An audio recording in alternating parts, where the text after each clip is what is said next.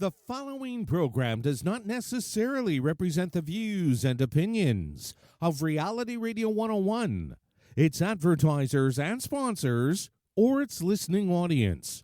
Listener discretion is advised.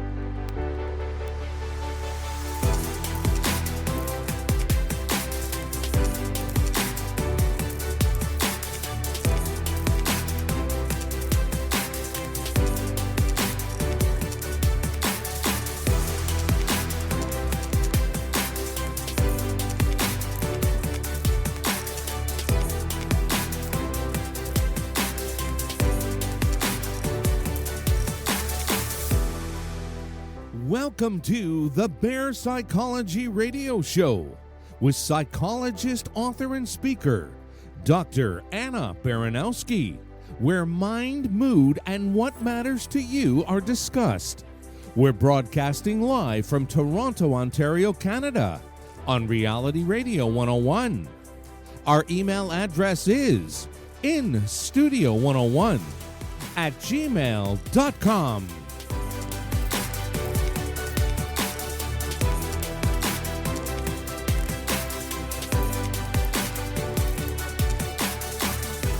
And now, your host of the Bear Psychology Radio Show, Dr. Anna Baranowski. Hi, everyone. I'm so glad to be back with all of you here today, where we talk about mood, mind, health, and we are bearing witness to all that surfaces.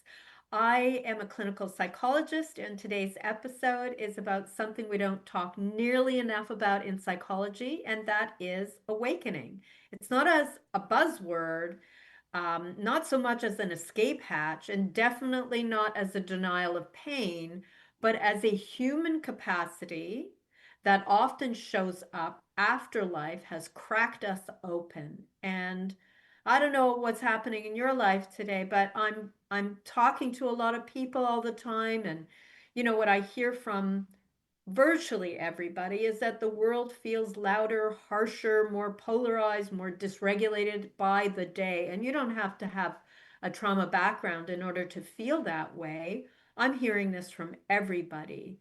And it seems to be leading a lot of people to ask themselves, what is the real meaning of all of this? And, is this these struggles that I'm facing, the struggles in the world around me, is that all that I'm supposed to focus on? Is there something more? What about this life? What about having my own feet on the ground? Today, our guest is Dr. Steve Taylor, a psychologist and author whose work sits at the intersection of psychology, consciousness, and lived human experience. In his new book, The Adventure, explores spiritual awakening in a way that is grounded, accessible, and refreshingly free from magical thinking like, I wish my life could be like this. And I think it's a very interesting read, but it certainly isn't the first of Steve's work. And in fact, this is Steve's third visit with us on the show, and I'm really delighted that we can, have this conversation about what can emerge after a pain or, after extreme trauma, what kinds of expanded awareness, deeper connection, awe, humility, responsibility, and meaning in life might come to the surface. So I want to thank you so much, Steve, for joining us again and sharing your very interesting book, The Adventure, A Practical Guide to Spiritual Awakening. You're also the author of a best-selling book called The Leap, which, if people find this transpersonal psychology, the issues around kind of inner growth, I just think it's a great place to start with. So thank you again. Thank you for joining us. How are you doing today? Thanks, Anna. I'm great. Thanks. Yeah, great to be with you again. Thank you very much.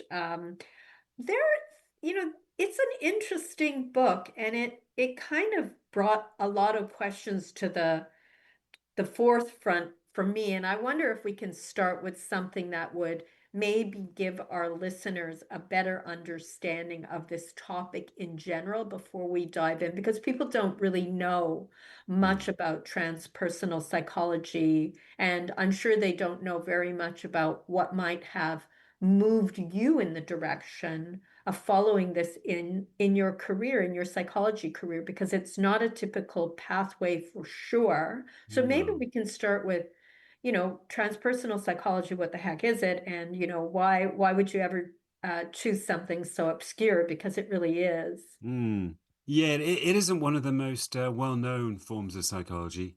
I guess you could summarize it as the intersection between psychology and spirituality, or maybe, the intersection between Eastern philosophies like Buddhism, Taoism, or Hinduism, and Western psychology. So it kind of studies develop human development, not just from a psychological point of view, but also from a spiritual point of view. And I was drawn to it really. In a way, it sort of chose me because I only found out about transpersonal psychology because, as you said, it's not a very well known form of psychology. I was probably in my maybe early to mid 30s when I heard about it. But as soon as I found out about it, I immediately thought, wow, this is me. This is where I belong. This is what I'm meant to do. I felt immediately at home in the field of transpersonal psychology because psychology and spirituality were my own interests. I was already following that direction in my own writings and studies. And did you find that you were able to land in a place where your studies and your writing were well received? Yes, I mean, I started publishing about 20, over 20 years ago. And at that time, there was more skepticism, especially in psychology, towards spiritual perspectives. So at that time, there was a bit more hostility towards my work. But it's over the last 20 years or so. I don't know if you feel the same, but I've definitely had a sense that psychology and maybe society in general has become more open towards spiritual type perspectives. I think the kind of rigid materialism that used to dominate psychology and the intelligentsia or academic world in general, that's begun to fade away. People are becoming more open to alternative perspectives and different worldviews. And so it seems now that, even within the field of psychology, even within mainstream psychology, there is more of a welcoming attitude I towards like my your work. I like your phrase of, recognizing that there's less rigidity around materialism and just the reality. I agree. In my practice, because I have so frequently worked with trauma survivors, I hear sometimes the most amazing stories of how their lives are transformed after a very severe event. And I know you've spent a Mm. lot of your career writing about that. That's right. Yeah, I mean that's one of my main areas of research, what I call transformation through turmoil. When painful, traumatic life experiences, as you say, they break people open. They allow a deeper, wider self to emerge and become a person's new self. People often have a sense of being reborn in some way after these experiences. Oh, obviously, there is usually an initial period which is very painful. People go through a period of adjustment and integration. Or sometimes they go straight into a new identity. Sometimes they undergo a dramatic, very dramatic transformation. And people often do feel like they're almost like they're different people living in the same body. Their perspective is so different. It's so deeper and richer and wider. And so in the end, they feel, that they're actually grateful that they've been through these traumatic experiences because it's led to this amazing new development. Now that takes a whole level of kind of opening up to something greater. And I do find that sometimes when people have been terribly traumatized or they've lost something that they just can't come to terms with, the idea of actually your life being even richer than it was before, it's hard for Mm. people to even conceptualize if they haven't experienced it themselves. That's right. It's very difficult to understand unless you experience it yourself. And that's one of the things about spiritual awakening in general. but that we often have this assumption that the world as we perceive it is true. We think that we're living in an objective reality. So it's difficult for us to conceive of different perspectives. But when you go through an awakening, you suddenly see the world from a different perspective, and you realize that your previous vision of the world was narrow and limited. It is literally an opening. You're opening to a wider and deeper reality. And unless you have that experience, it's very difficult to understand. Yeah, that's interesting. Let's talk a little bit about this thing that you call awakening, because again, it's one of those terms that I think it can be a little bit woo-woo in Yeah. that in that, people are left with, this idea that some, unachievable thing. But, what you write in your book, it's kind of an interesting perspective. You wrote, um, when somebody goes through an awakening, you experience an intensification of perception, which means that the world around us becomes more real and beautiful. And it's as if a veil falls away and a rich new layer of reality reveals itself, shining with radiance and freshness. What is that about? That sounds really incredible. Well, the starting point is that our normal view of reality is quite restricted. You could compare it to, many of us remember from being children that the world seemed like an exciting, even exhilarating, fascinating place. Everything looked bright and new, and we felt somehow connected to the world around us. But we grow into adults and we feel that we are separate entities living inside our bodies, and the world seems, out there on the other side. And the world can seem a bit familiar and even mundane once we get used to it. But when we have an awakening, we realize that our normal perception is limited, and there's a sense of coming home. I think it's a coming home to our true nature and our a truer perception of the world. I think it is a genuine fact that the world is a rich and beautiful and radiant place. But often we don't perceive that. But when you undergo an awakening, your perception does become more intense and richer. You have a wider perspective on reality. And, there is a sense that you are gaining contact with something which is really there. It's not an illusion. When you have a hallucination or a dream, you know when you wake up in the morning that you've come from an unreal place and you're back in reality.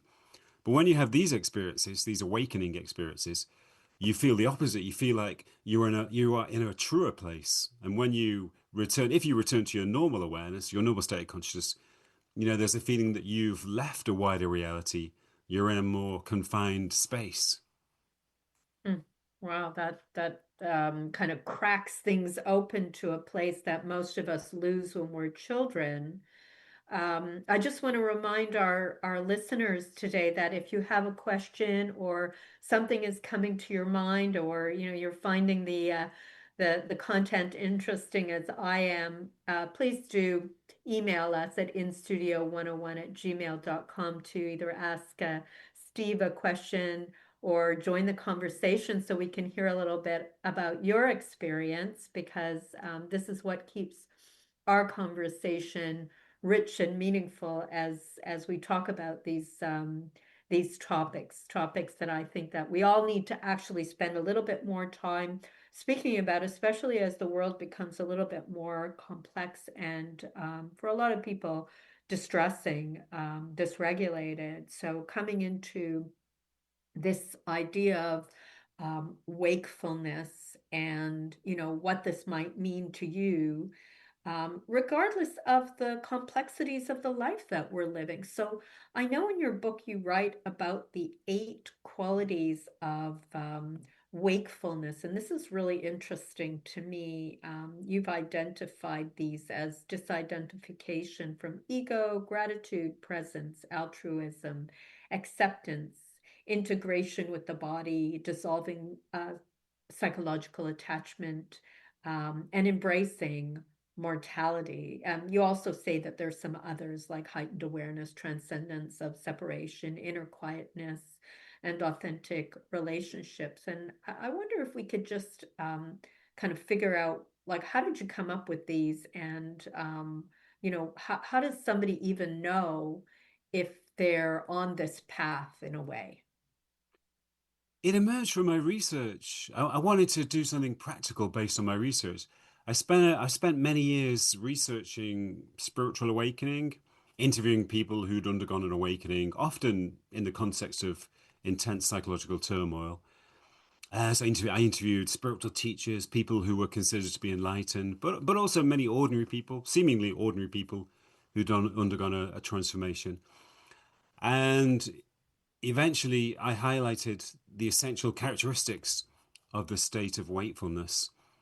And there were about 15 in total, but I chose these eight because they were the core characteristics, and also the ones that were most practically, the ones that were kind of most practical in terms of how to develop them.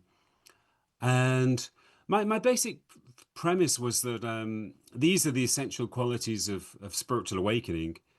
So if you focus on cultivating these eight qualities, then you will effectively undergo a process of spiritual awakening. And you can also, these eight qualities, they tend to roughly proceed in parallel. If you undergo a process of awakening, you will become more grateful, you will become more altruistic, you will develop more of an accepting attitude to the world. But it could be that there's one particular quality that is not well developed. Maybe you're not particularly integrated in your body, or maybe you are psychologically attached to certain things like success or possessions. So I wanted to also to provide a kind of map that where people could gauge their own level of development and look at what they needed to focus on to bring their development into parallel. Huh. Wow, that's incredible. I'm just wondering about the analysis that you did to identify your eight. Did you do like a logistics regression or some other kind of statistical analysis to identify the Yeah, well, items we that? did a thematic analysis, linguistic analysis, and we also developed a scale to measure these qualities. So if you Google the Wake 19 scale, it's a scale we developed to measure spiritual awakening based on the characteristics. So we have 19 questions which you can answer to. So people, if they're interested, they can find this Wake 19. Yeah, they can find the paper, which includes the scale on the internet. Or they can also write, if they want to look at it, they can also write to me if they can't find it Oh, through the internet. fantastic. Okay, Mm. the Wake 19 analysis. So it's a paper that might be available, or they can get in touch, and I think that they can get in touch through your own website. Do you want to tell our listeners what that is? Yeah, my website is stephenmtaylor.com. That's Stephen with a V, M for Mark, stephenmtaylor.com. They can just click on contact and send me an email. Perfect, fantastic. Okay, that is great to know. So people will be able to get that information. I'm going to start reading through some of our listeners' emails to us. And remember, if you do have something you want to add, please do email us at instudio101@gmail.com. We'd be delighted to hear from you today. This is from Matt, and Matt says, happy birthday, happy New Year to the doctors. I have read Steve's book and books, and they are amazing. I just wanted to tell you that. That's very nice to hear Oh, thank that, you. Matt. And I've read his books too, and they are amazing. So interesting, and such a unique perspective, particularly how simple kind of it is to really grasp these what are really grand ideas, like this kind of um, inner growth that can happen in life. So I thank you myself for Oh, the thank you. wonderful work you're sharing with all of us. Thank you. Here's another one. Oh, this is a this is a personal question, Steve. Oh, yeah. This is from Monica. Is your guest from Manchester? His accent reminds me of that. Oh, yeah. Well spotted. I am from Oh, Manchester. wow. Well, Wow, there you go. she's got a good ear for accents. I never would have, honestly. I can tell that you're from the UK somewhere, and that's as Oh, far as really? People sometimes ask me if I'm from Liverpool. They think I sound like one of the Beatles, I go. which There you go. Okay, and you do play music, so I do, yeah. yes, okay, well there we go. Um, here's an interesting one. This is from Ralph. Thank you for emailing us, Ralph. Is Steve spiritual? And if so, what is his belief? And I know you cover this in your book, so maybe you can delve into that a Mm. little bit. I'm not religious in any No, conventional spiritual, sense. spiritual, he said. Yeah, yeah. It depends what you mean by spiritual. I guess I usually do define myself as a spiritual person, but I don't follow any particular path. I don't really have any particular beliefs, I don't necessarily believe in a deity. Um, but I'm not a materialist or an atheist. But I'm interested in the innate capacity for development within human beings, and you can apply that to spiritual traditions. You could apply that to Buddhism or to the path of yoga in Hinduism. But it doesn't have to exist in that kind of context. It can exist in even a kind of secular context.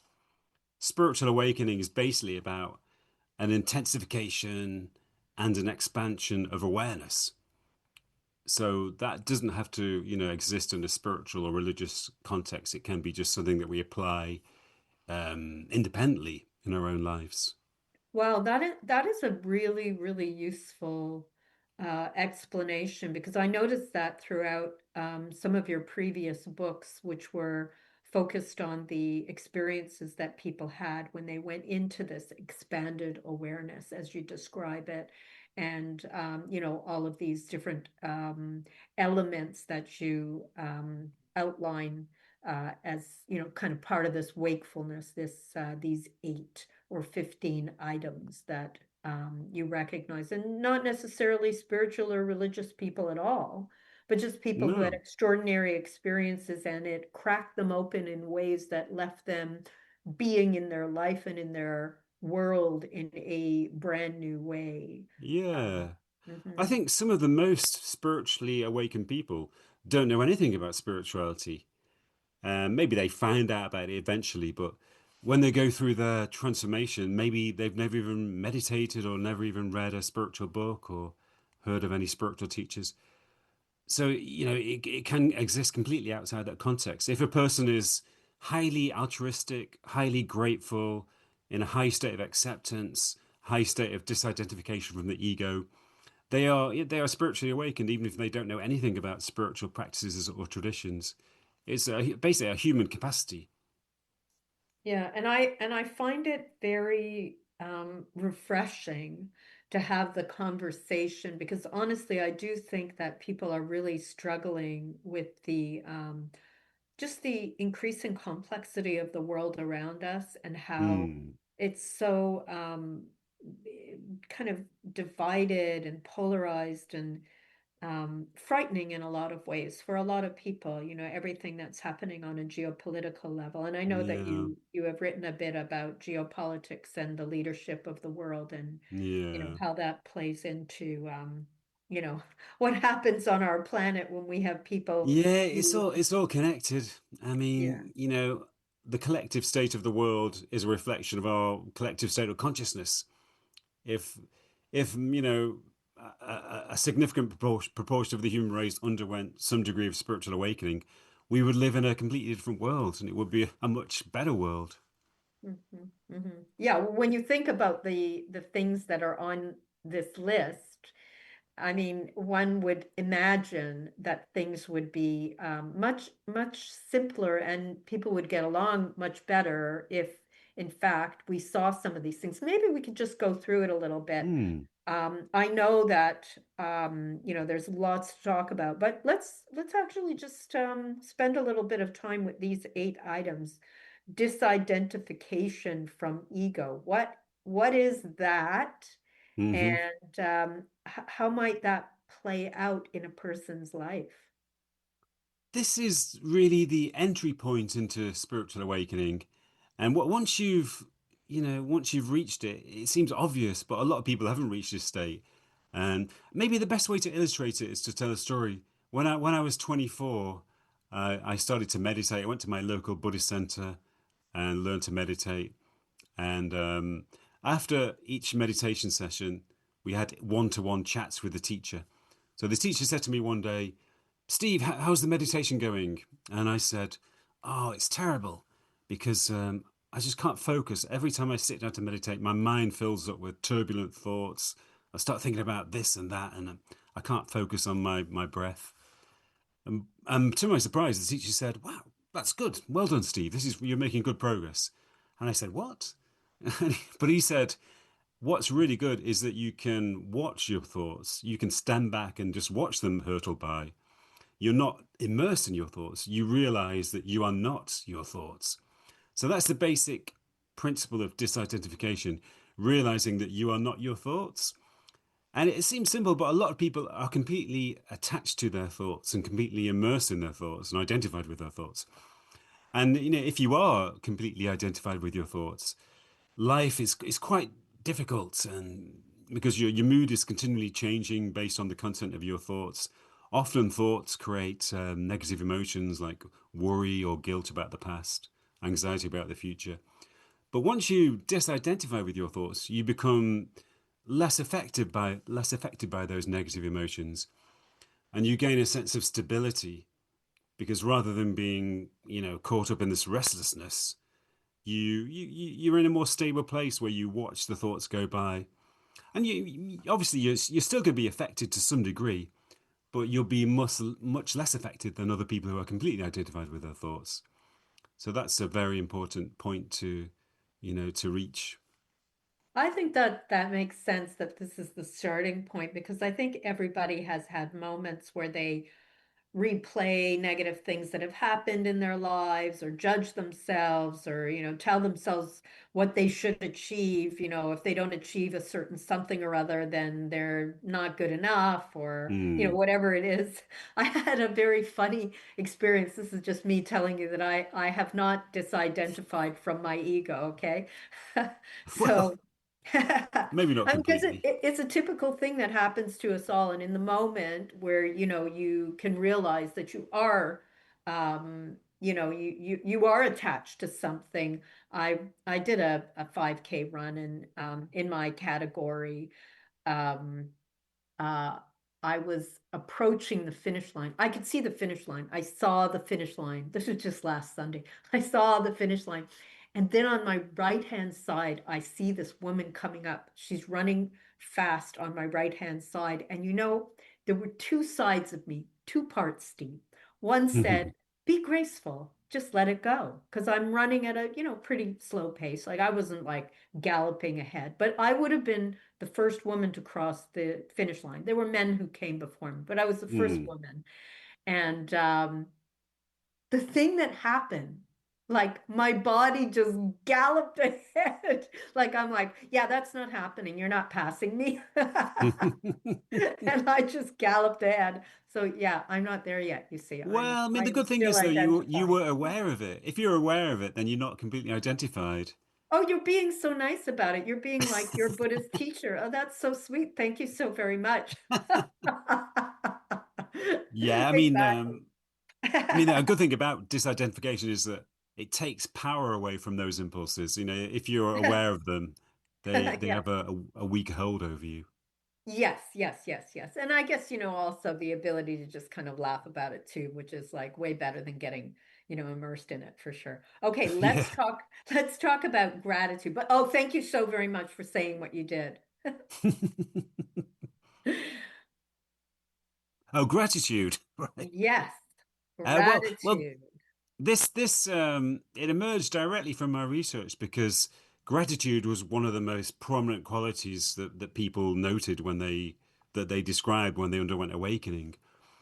And I do think that human beings tend to live in a state of taking for grantedness, as I call it. We tend to get used to things and take them for granted, even though we may know kind of deep down that we're very lucky. We may know that we have a lot of blessings in our lives. We know that we should feel grateful for our health and for our loved ones and for other things in our lives. But we kind of switch off to them. We adapt to our lives and We stop perceiving how lucky we are. But when people undergo a spiritual awakening, that kind of taking for grantedness fades away completely, and they become very acutely aware of their blessings, whether it's for their health or for their bodies in general, for the people around them that they love. Or it could be for just the freedom of being able to live as they wish without being oppressed by a government or by other people. It could be just the very simple things in life like food or the beauty of nature or the exercise and walking and running. Just the simple things in life become sources of gratitude. And that's, as I say, that's a very, very common aspect of awakening. And once you develop a sense of gratitude, it pervades every area of your life. You can't be unhappy when you have a sense of gratitude. It's very difficult to be unhappy when you have a sense of gratitude because it tends to pervade your whole being and your whole perspective on the world. It makes you focus on the positive things rather than the negative things. So it is a very important quality in awakening. Do you have a practice that you particularly like that relates to gratitude? Yeah, well, I have a meditation on the body to encourage an attitude of gratitude to the body. I mean, the body's there are some spiritual traditions which have a negative attitude to the body, and they say that only the spirit is real and the body is made of matter and it's kind of made of base physical stuff. But the body is such a miraculous organism. In every cell of our bodies, there are processes taking place to help us keep alive and healthy. There are millions of, if not billions, of microscopic processes taking place inside the body every moment of the day to help us to keep us healthy and alive and conscious. But we tend to take that for granted. So, but if you focus your attention on these processes, then it's quite easy to develop a sense of gratitude to the body. Even if your body isn't working perfectly, maybe there aren't many people whose bodies work completely perfectly, but the body, it's almost as if there are millions and millions of workers toiling on our behalf to keep us healthy and alive and conscious. But we kind of disregard all the work they're doing for us, all of these microscopic processes. You wrote in your book about a story. You had a work colleague who couldn't see the point in being alive. You remember the story in your Oh book? yeah, yeah. And he had this kind of feeling that he just was, really not so pleased with his life. And he comes to you and he asks you a question. You're having a drink in a pub, and he says, now that you know what life was like, would you have chosen to be born? And you say, definitely. And then say, wouldn't you? And he shakes his head firmly, um, and surprised at your enthusiasm, and says, no, why would I willingly put myself through all this boredom, monotony, all this frustration and anxiety, not to mention illness, old age, and the death at the end of it? Who would choose all of that? To him, it seemed perfectly self-evident that life is Mm, meaningless. And yeah. I wonder if you could kind of explain where you went with that, with this friend of yours. I think my friend, who was also called Steve, I think he just switched off from the positive aspects of life. He had, in fairness to him, he had lived through some trauma. His girlfriend had passed away in an accident, so I think that kind of affected his perspective on life. Um, but yeah, he didn't. He just wasn't able to see the positive aspects of life. He just wasn't aware of the blessings in his life and in all of our lives. And it's easy to do that. And I think that is one of the sources of pessimism and depression, that switching off to blessings. And again, that's one of the things that people learn when they go through trauma and undergo a positive transformation. They're just grateful to be, just to be alive, and they're grateful for the loved ones around them and for the beauties of nature, for all of the simple pleasures in life. But it is easy to switch off to them.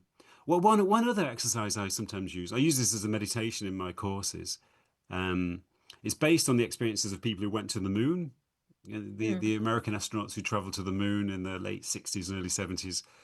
A lot of those astronauts developed a really intense sense of gratitude. They stared at the Earth from thousands of miles away, and they saw this tiny green blue oasis floating in space. And they realized that everything they loved, every place they loved, every person they loved, every activity they enjoyed was on the surface of this tiny planet, surrounded by the darkness of space, the emptiness of space. So they realized that the Earth itself is an oasis. It's an oasis in a desert of blackness. So when they returned to the Earth, they couldn't shake off this sense of gratitude, this feeling of how great it was to be alive on the surface of this planet. One of the astronauts, I think his name was Alan Bean. I think he was maybe the ninth man on the moon or something like that. But he said that when he came back from the moon, he used to just sit in shopping malls and he'd just think, wow, this is fantastic. Just to be alive on the surface of this planet, watching these people go by. He was just has such an amazing sense of gratitude. And he said that I heard him speak when he was in his 80s. And he said, ever since he's come back from the moon, he's never complained about the weather. He's just glad that there is weather, that we have this atmosphere around our planet. That that even though the weather is bad, it's still beautiful to be on the surface of this planet, surrounded by this atmosphere that gives us life. Wow, that's an incredible story. In your book, you go through you use poetry a lot. So in your book, you've got this poetry. It's called The Gift. And when I read it, I was touched by it because I think it's true for a lot of people, you know, feeling appreciation for, loved ones or a beautiful home or, whatever kind of going back to the materialism of our lives. Some of us just don't have that. And in this poetry, it brings it down to something a lot more simple. And you write, and I'm just going to read some of this because I thought it was really beautiful. And I think for people who are listening, um, just these poems and the exercises within the book, the adventure are, makes it really worthwhile to pick up a copy of the book for yourself. As you breathe, inhale deeply in gratitude for the gift of air. As you eat, swallow slowly for the gratitude for the gift of food. As you see, look attentively in gratitude for the wonder of the world. As you love, be passionate in gratitude for the beauty of flesh and form. As you live, be authentic and fearless in gratitude for the gift of life. So, you suggest that people can read through it multiple times and, maybe even adapt the wording if there are some things that you can't be grateful for. For somebody, let's say, who doesn't have eyesight, they may be seeing using different senses or whatever Mm-hmm. it is. I just love it because it allows this appreciation for that which is not so obvious. So, yeah. Yeah. I mean, well, once you do stop taking things for granted, you see blessings everywhere in the Hmm. most simple things like breath. I think air is a gift, it sustains our life. And when Hmm. you breathe in deeply, you can feel the air, the oxygen refreshing your whole body. You know, For sure. it is a gift. And For food sure. is the same. Yeah. Going back to our wonderful listeners today, and thank you for your questions. I always really love reading them. This is from Steve, and Steve says, interesting today, you talked about a shift from neutral to enlightened state. What does that mean? Enlightenment is basically a term for what I call wakefulness. I tend to try to avoid the term enlightenment because it does suggest something very rarefied and extraordinary. But I don't think the state we're talking about is particularly extraordinary. It's definitely attainable by everybody. And there are different degrees of wakefulness, but I think a lot of people exist in a state of, what you could call low intensity wakefulness.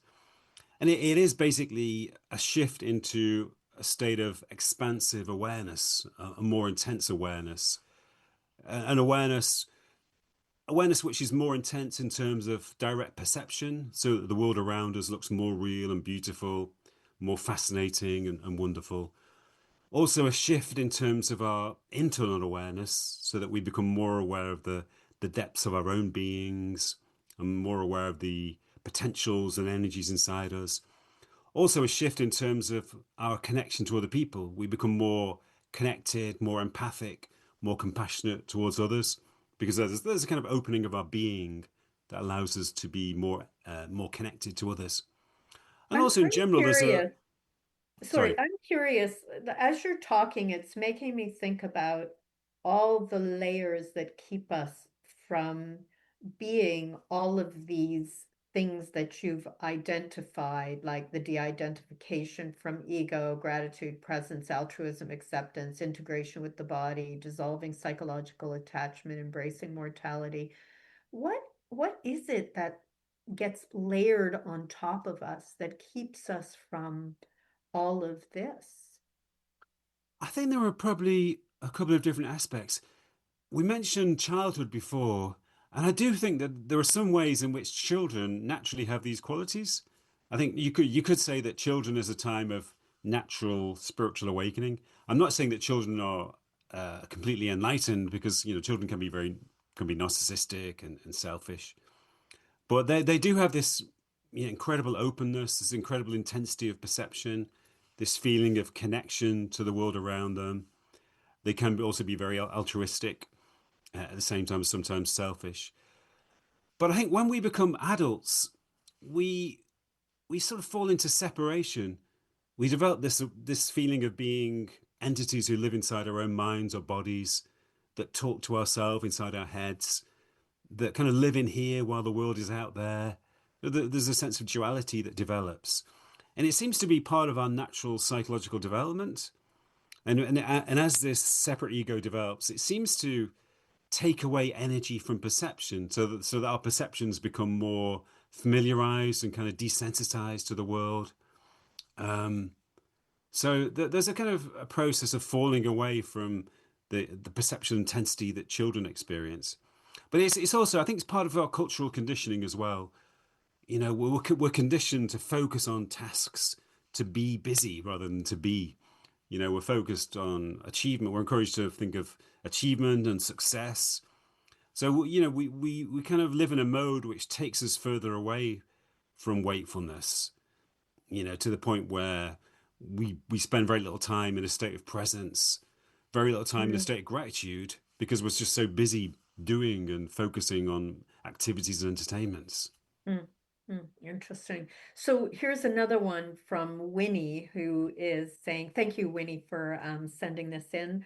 Um, when we have these awakenings, is it more physical or mental or both? Thank you, Winnie. Well, it's mainly, well, I'm not sure if I would use the term mental, because it's beyond the mind. It's a shift of being rather than just involving the mind. And it does have physical manifestations. Um, it's basically, you could say it's a psychological shift. I think what basically happens is that our psychological structures change, our state of consciousness changes, and as a result, we have a different vision of the world. And it can manifest itself in physical ways too. When this awakening sometimes happens very dramatically and explosively. It's sometimes equivalent to what in the Hindu tradition is called a Kundalini awakening, where you feel that there's a lot of explosive energy all through your body that makes you feel restless. It can cause pains and stop you sleeping. Um, and in some cases, it can resemble psychosis, because there's such a disturbance to the organism, to your mind and body, that you become completely destabilized. Um, so it can have those manifestations, but I think fundamentally you could say it's a psychological change. It's a shift in all your psychological structures and processes that gives you a more enhanced awareness and a different vision of the world. Hmm. Um, I want to also remind listeners that if you're interested in the book, and this is a question from Craig, What's the newest book called? It is The Adventure, A Practical Guide to Spiritual Awakening. And, it's my impression, having read some of your earlier work and looking at this book today, that you've really made it is truly a practical guide with a lot of exercises and stories as well, of people who have gone through these processes, but also, what would it actually take to move into practices that move you towards the things that you've identified, that de-identification of ego, the gratitude, the presence, altruism, acceptance. So now we are on presence. So I love this one because I think it is so hard to achieve. We really are Mm, a very distractible um, kind of group of human beings. I don't know if it was better at any other time in mm. civilization, but we've got so many distractions. That's right. We're not really human beings, are we? Because we find it difficult to be. We're more Yeah. like human doings or, Hmm. or human thinkings. But yeah, Hmm. we do find a state of being is equivalent to presence. All it means really is that you're aware of your surroundings and you're aware of your experiences right now, rather than being caught up in thoughts or rather than being focused on one particular activity or entertainment. Your attention is open to all of your experiences. And I think we do experience it sometimes. I think the reason why people love to go hiking or walking in the countryside is because it puts them into a state of presence. The beauty of nature kind of focuses your attention, stops you being focused in your own head. I think a lot of sports can do that too. I think people can experience presence when they're running or swimming, just because it slows down the thinking mind and brings our attention into the present. And it always feels healing. Presence, even though it's very simple, it's very healing. But unfortunately, as you say, we don't really spend much time in a state of presence. Hmm. Yeah, it's a tricky thing because we can slip out of it very, very easily. And Yeah, and nowadays there are so many enticing entertainments and social media and so many series on TV to devour our attention and stop us being present. I love this question. This is from Irene, and she asks, does this awakening come as a natural phenomena, or do we bring it on ourselves as a practice? And I think that's a great question given Hmm. the current book Yeah, that you wrote. that is a good question. I think it's both. It does happen naturally, and mostly when people have been through trauma or turmoil, then it can happen naturally as a consequence of the kind of opening that occurs. On one level, there is a breaking down, but at the same time, there is an opening or a shift up as well as a breakdown. It seems to happen naturally in that context. And there are some people who are just naturally awake and they're just born like that. Or maybe they just never lose their childhood wakefulness. They don't go through that same process of separation that many adults go through. And they always retain that heightened awareness. And those people, I think they often become poets or painters, maybe musicians, just to express their presence and gratitude. Mm. But um, but it can be cultivated. The aim of all the world's spiritual traditions is to cultivate wakefulness. But as I say, it doesn't have to be in the context of a spiritual tradition. It can be in it can be in the form of simply cultivating the qualities of wakefulness, which is what I try to do in my book. And this is another one, and it fits right in with what you just said. This is from Jamie. Do you maintain this behavior? Like, I guess the qualities is what Jamie is referring to. Do you maintain these qualities? Or is it a once hit and miss, like you get it and then you lose it? Well, again, it can be both. There are some people who they go through a transformational experience and they never go back. They are literally different people. They've been born anew, and you can't be unborn once you're born. So they do remain in the awakened state. But when you consciously cultivate it, it is a bit more fitful. I think basically there is a forward movement that occurs as you undergo these practices, as you cultivate these qualities. But occasionally you may slip back. If you go through a stressful period in your life, maybe if you have physical problems which affect your state of mind, or certain events in your life that challenge you. Yeah, you can be knocked off. You can be knocked back for a while. But I think basically, if you follow these practices or any spiritual practice, really, there is a forward movement, which is fitful and gradual, but it is generally in a forward direction. Right. So, and I do think that's interesting, this idea that, you may have moments in life where you have this heightened awareness or sensitivity or gratitude, or, you're having a peak moment. And then you lose that peak moment, and it's gone for now. And yet I think what it does say, at least what it says to me, is that this is available over and over and over again. And how do we find ourselves? I was just before we started the show, I was just talking to Steve about yoga, and I've been practicing yoga since I was a teenager. And I have a teacher who's just really remarkable. I've been studying with her for many, many, many years, and I think she's incredible. She's in her 80s now, and I just feel really grateful because, she's still teaching these classes, and she taught a class, that really focused on kind of that sense of presence. Actually, the my Tuesday night class was really a class about this full awareness. And when we practice something, I remember being in that practice and really being with that sensation. And then, for sure, I mean, the next day I'm just like me, as I always am. Because Yeah, I mean, that's how it is. yeah. But also another thing which is important to remember is that development can be so gradual that you don't notice it.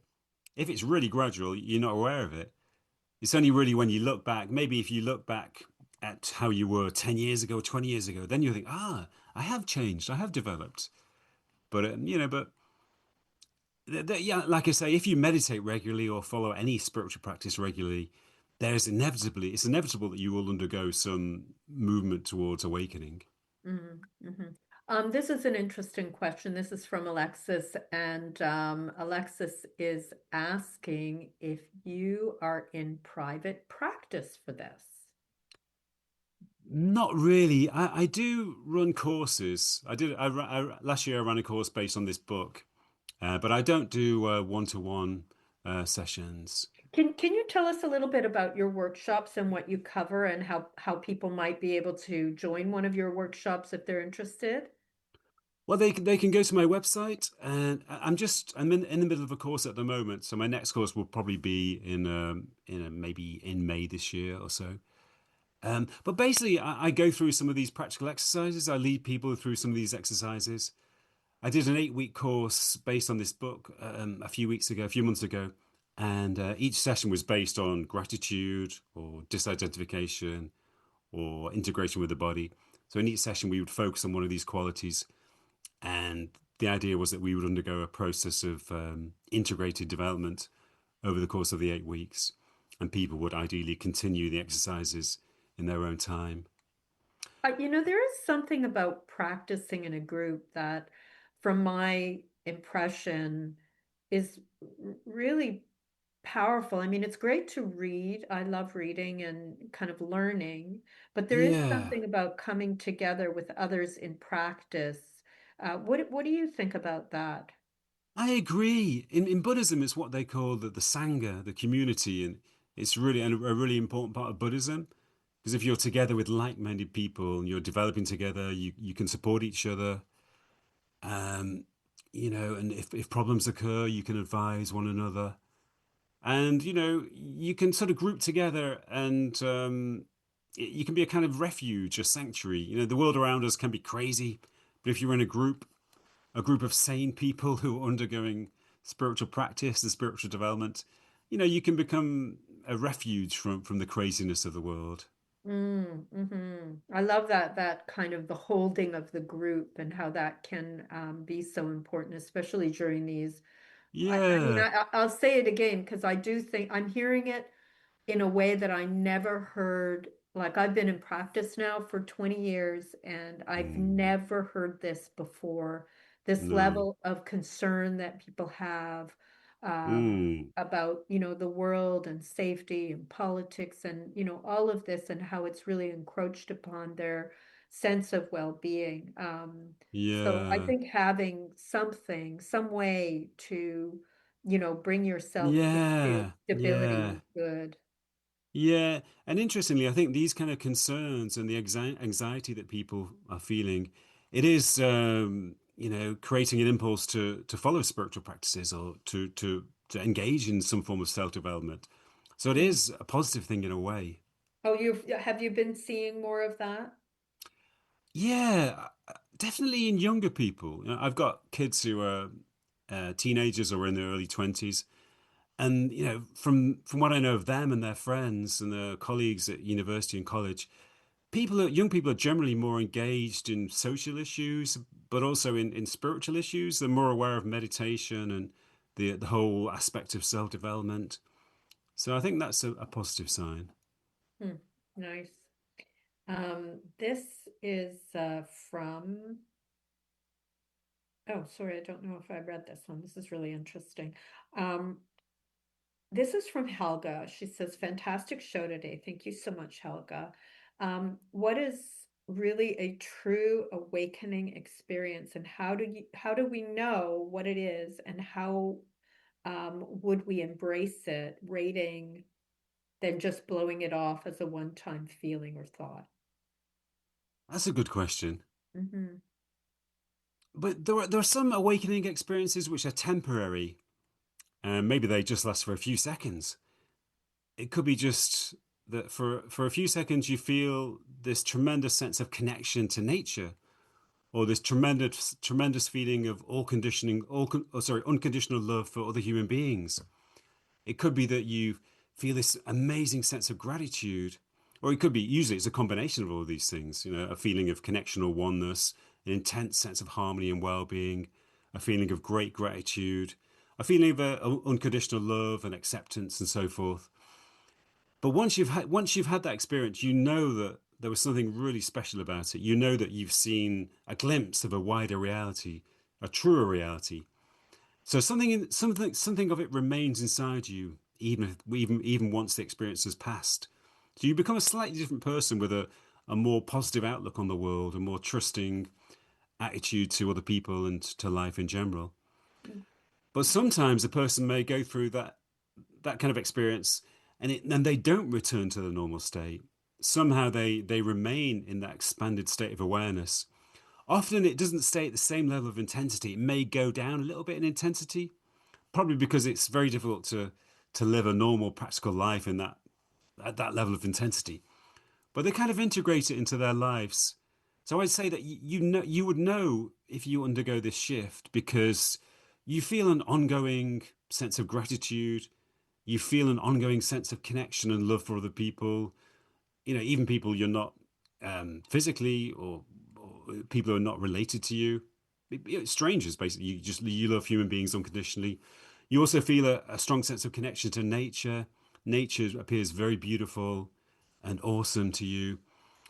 And you feel this disidentification from your ego. You're not controlled by your thoughts. You can watch your thoughts pass by without being affected by them. All of these different things, they're all signs that an awakening has taken place, Hmm. Hmm. or Yeah. maybe a sign that you are naturally awakened. Hmm. Okay, so we have 2 minutes left, but I All just right. cannot pass up this question because it's so interesting. This is from Erica, and she says, three of us here have really enjoyed this topic today, and we've learned quite a bit. My question, what is transformation through turmoil or tragedy? And I know that you've covered that in many of your books, so maybe we can end with that, Steve, and thank you so Okay. much for joining us today. You're welcome. Um, it could be, for example, somebody who goes through a bereavement, or maybe somebody who is diagnosed with cancer, or somebody who goes through a long period of addiction or depression. In the process of that suffering, they undergo a shift. Something changes inside them. It's as if they break down because of the pressure of the suffering, but in the process of breaking down, something new emerges, or they undergo a shift up, and they become different people, often in quite a dramatic way. some people say that they feel like different people living in the same body. And they have all of these spiritual qualities that we've mentioned, a sense of gratitude, a sense of connection to nature and to other human beings, acceptance of mortality, which we didn't talk about, but that's an important aspect too. So all of these spiritual qualities become ongoing traits for them. Beautiful. Yeah, I mean, there's so much more to cover. We just covered three of the main topics, and Yeah, we could probably continue talking for the next couple of hours, but it has been we a can do real that. pleasure to speak with you again, Steve. I'll look forward to having you again on the show because it's always a delight. I want Likewise. to say thank you to all of our listeners. It's wonderful having you engage with us, and be gentle with yourself. And I look forward to speaking with you all next month. Be well, Steve. Thank you. Thanks, Anna. Thanks, everybody. Bye, all.